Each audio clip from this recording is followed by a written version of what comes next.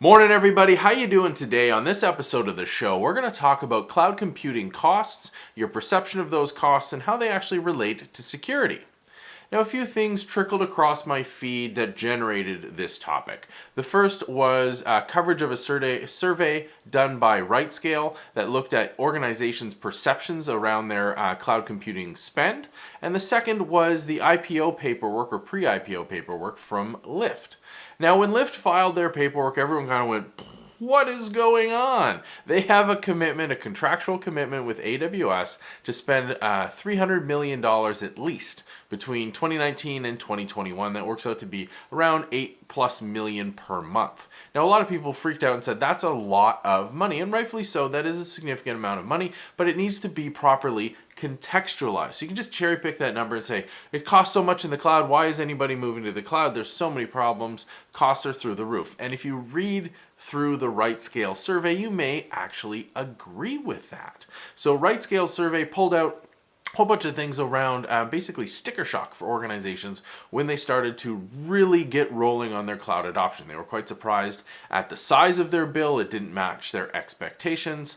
Now, there's a little bit of caveat here, or actually it's a really big, complicated caveat. Cloud billing is really difficult to understand. There are a number of tools from AWS, from Google, from Microsoft to help you understand your bill. There are entire third-party partners who work to try to help you understand your bill. There's consultants around understanding your bills in the cloud. Of note, Twitter phenom, anti-hero Corey Quinn makes his primary business is helping people understand this bill, because this is really, really complicated stuff, and I get it. If you ever actually looked at your AWS or your Google bill, not just the nice PDF they send, but the microtransactions sheet, it's nuts, because you're being billed a penny per hour for this. You're being billed a fraction of a penny per microsecond or millisecond of execution time here. You have a year-long commitment here that reduces the bill by 30% for this particular instance type in this particular region. There's a lot of factors for all of this consumption pricing. But at the end of the day, you do get a number, and that number, according to this survey, was a big shock to a lot of people. So there's a few ways to take this. A, we fully understand and accept that cloud billing has a long way to go as far as being easy to understand, being easy to forecast, being really easy to kind of grasp. But more importantly, and this is where it starts to tie back to security, is that it needs to be contextualized in the business. So that big number from Lyft, the $8+ million a month, the $300 million overall up to 2021, works down to 14 cents per ride. 14 cents of overhead per ride that people are taking through the Lyft network. That's actually a really low cost, because rides are not $1. Rides are significantly more than $1. If the IT overhead to generate that ride is only 14 cents, that's a pretty good spend, right? They've kept that cost really, really low. They've been able to keep it low because they're in the cloud using on-demand resources. Now, where I see, in my experience talking to organizations around the world, where the sticker shock comes and they're genuinely surprised at the size of their cloud bill, the way to counteract this is ask them, okay, well, what about your previous data center bills, your previous IT budget?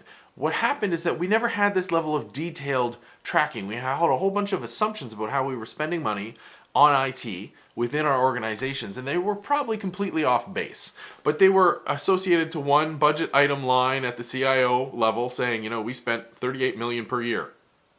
But you didn't know what you were getting for that. Whereas in the cloud, down to the penny where you're spending, or fraction of a penny, what you're spending it on and what you're getting back. So how does this tie back to security? We're 4 minutes into the episode. How does this tie back to security? Well, it's pretty straightforward. You need to know the value of the data and how much you're willing to spend on that data to protect it. So if the company has determined, right, and determining the value of the data can be really, really tricky, but one partial proxy is if you know how much the company's willing to spend to generate that data or to process that data, you start to get an understanding of the ballpark of the importance of that data, right? Same thing with calculating in potential fines, calculating in potential revenue from that.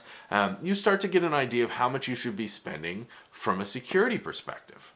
Because you can't just wildly spend on security. The whole idea of security, of defense as a principle, is essentially, I'm going to spend enough to stop most attackers from getting this data, but still less than the data is worth, or at the level of that the data is worth. So if I have something that's worth, $10 to my business, I'm not going to spend $1,000 to protect it. It doesn't make any sense. If somebody steals it, you just spend $10 to replace it, right? If it's replaceable. Now, if that's personally identifiable information and the fines are significant, maybe I'm in the EU and I'm under GDPR, or the reputation damage, or I take on that moral responsibility of customers have trusted me with the data, I want to spend a lot more then I'm willing to spend a lot more to protect that, right? And part of these cloud computing costs, I really thought it was interesting because for me, that's step one on a security journey we should have taken a very long time ago. You need accurate modeling of the application, of the spend around the application and the overhead, so you know how much your security controls are costing you to apply, as well as the data that they're protecting.